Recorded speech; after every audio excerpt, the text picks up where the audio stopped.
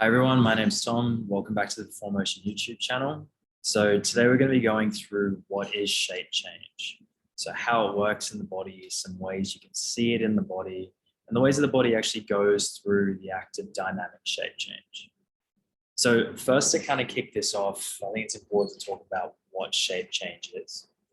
So it's a fairly new concept in the strength and conditioning industry when it comes to biomechanics and human physiology. But it has been something that's been in the research subtly for a little while now. So shape change is something that's been observed within muscle structure or muscle physiology. It's been something that's been observed in smaller aspects of the body, so in the cranium and the eye, fluid shift and the way that fluid interacts with one another, and the way it kind of changes the shape or the geometry of certain structures in the head has been analyzed and observed. So the actual concept of shape change has been around for a little while, and slowly and surely we've been able to find ways we can apply it to the body and help us increase how we can improve performance with any lifters or athletes or just people in general.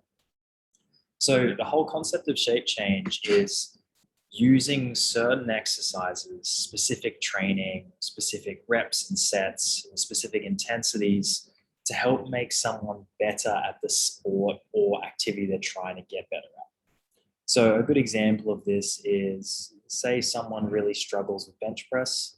They're not able to arch very well. They can't put themselves in a good position where they can get their shoulders feeling strong, or they can't really find a position to effectively leverage their body against the barbell. So if we use the concepts of shape change, we'd use accessories or exercises and just a lot of other like smaller sort of constraints around that to help that person change their body shape in a dynamic or acute setting. So these exercises, for example, might help them arch more. They might help them put their shoulders in a better position for bench.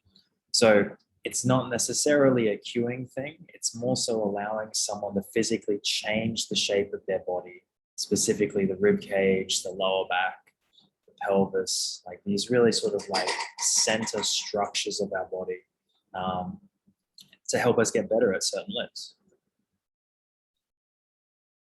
So one of the easiest ways that you can visualize this happening in a more sort of acute setting is in microgravity studies.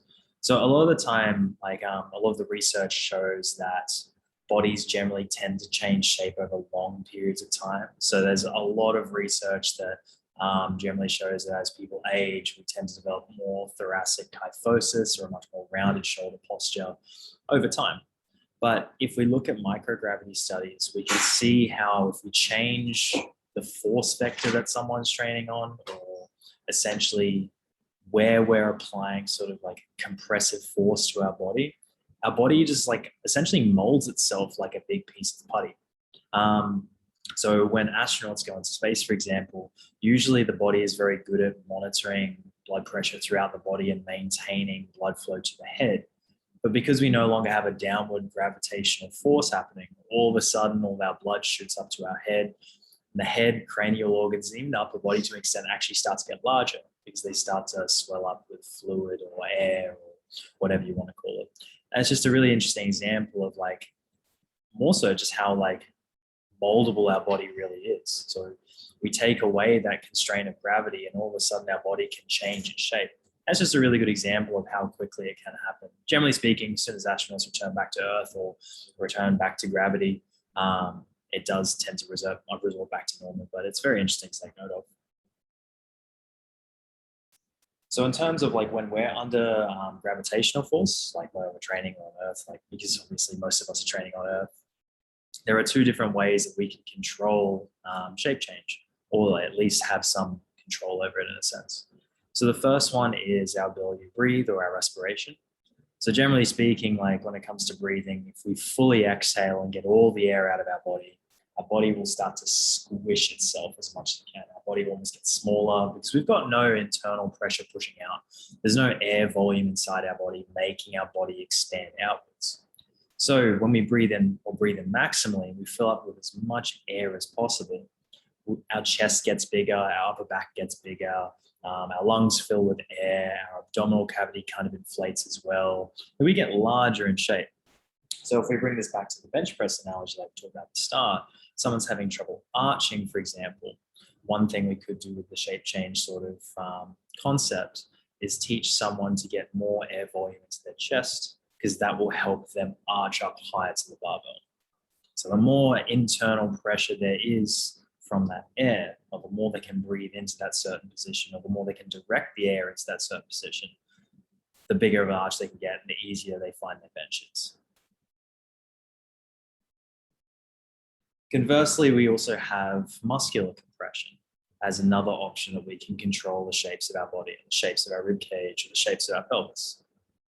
So if we're not using internal pressure to make ourselves get bigger, we can also use external pressure or muscular compression to make ourselves squish somewhere, make ourselves smaller, or make ourselves move in a certain direction.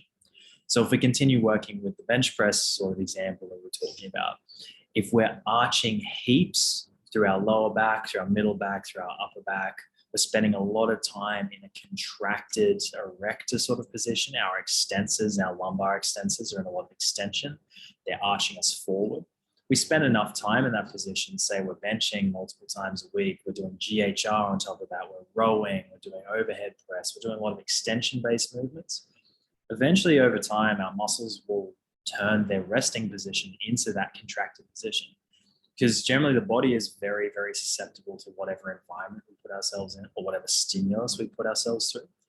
So if we spend enough time training with shortened muscles in that position, eventually those muscles will just sort of adapt to being shorter, being better at contracting in a shortened position. There are pros and cons to this, obviously. But once again, this is a way that we can change the shape of our body. Because if we spend a lot of time in that position, say like lying down on a bench press, when we stand up, those muscles are still going to want to do the same thing. So that has implications for potentially other movements like squatting and deadlifting. So essentially, like between these two options, where we have like muscular compression on any size and shape of the body, or any side of the body rather, and then also our respiration. These are the two strategies that our body uses to control the shape of our rib cage, control the shape of our abdomen, control the shape of our pelvis as well. And you can really deep dive into this further and see how the limbs also have an effect on this too. But this has just been a very brief sort of introduction into how shape change occurs in the body. Thanks for listening.